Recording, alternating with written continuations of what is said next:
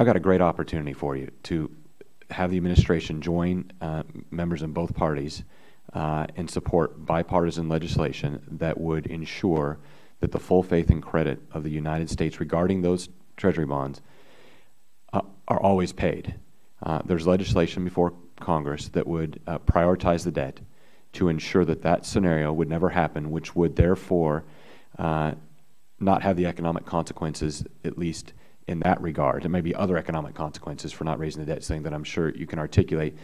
But can we join together as we have this debate, recognizing that the President opposed raising the debt ceiling when he was in the Senate and was very clear about his rationale for opposing that.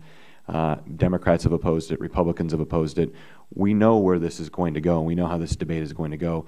Can we work together to not have the administration sort of create a self-fulfilling prophecy by going out and saying, if they don't raise the debt ceiling, then we're going to have these economic consequences. Therefore, the markets get edgy. Then we get the consequences anyway.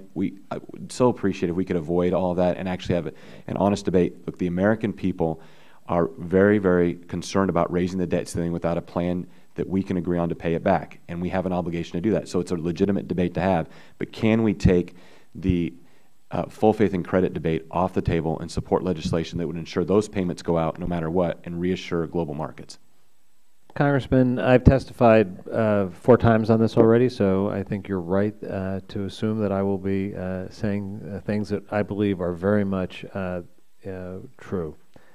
You cannot prioritize what obligations of the federal government to pay without resulting in a default if the debt limit is not extended. You're only going to be changing what it is we default on.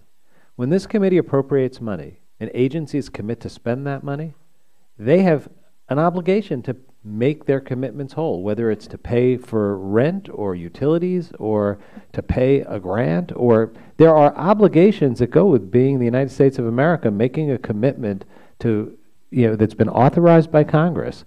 And prioritization kind of pretends that you can pick and choose amongst the commitments and avoid defaulting on an obligation. You will be in default if you don't extend the debt limit and the United States does not meet its obligations.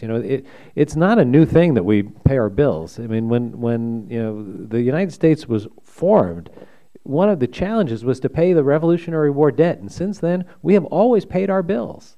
And I hope we always will. Congress has to extend the debt limit. It doesn't incur a single penny of new spending. All it does is pay the bills that Congress has authorized, already committed funds. And I think that it's historically never been the case that we have failed to do that. And I think Congress will do what it has to do, which is pay the bills. Well, with all due respect, Mr. Secretary, that's not entirely accurate, because the debt limit increase would not only go to pay current obligations, it would also authorize future spending for the future Congress to appropriate from. And so it does not just pay the bills till the end of the fiscal year, September 30th. The debt ceiling that increased in August of 2011 increased the debt limit way beyond that fiscal year and forward. And so it does not just go to pay prior obligations. It also goes to allow Congress to spend additional dollars. We've had a fairly important debate this morning regarding the finances of the country. We have clear differences about the administration's approach towards taxes and increasing spending on the American people versus the balanced approach that the House is moving forward, which actually balances the budget. That debate has been had.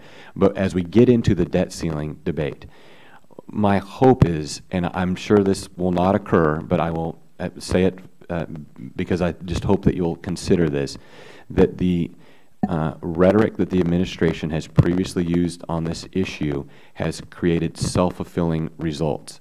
And so if we could tone down the hyperbole on default, knowing that there are dollars that will come into this federal government that will pay our debt and interest regardless of whether the debt ceiling is raised, if we can tone that part of it down, that would be something we could all work towards. I get that, yes, there would be potential obligations that would not be met elsewhere, but that is not nuanced in the debate. The debate that is had is we're going to default on our Treasury bonds, and that's going to cause global economic meltdowns.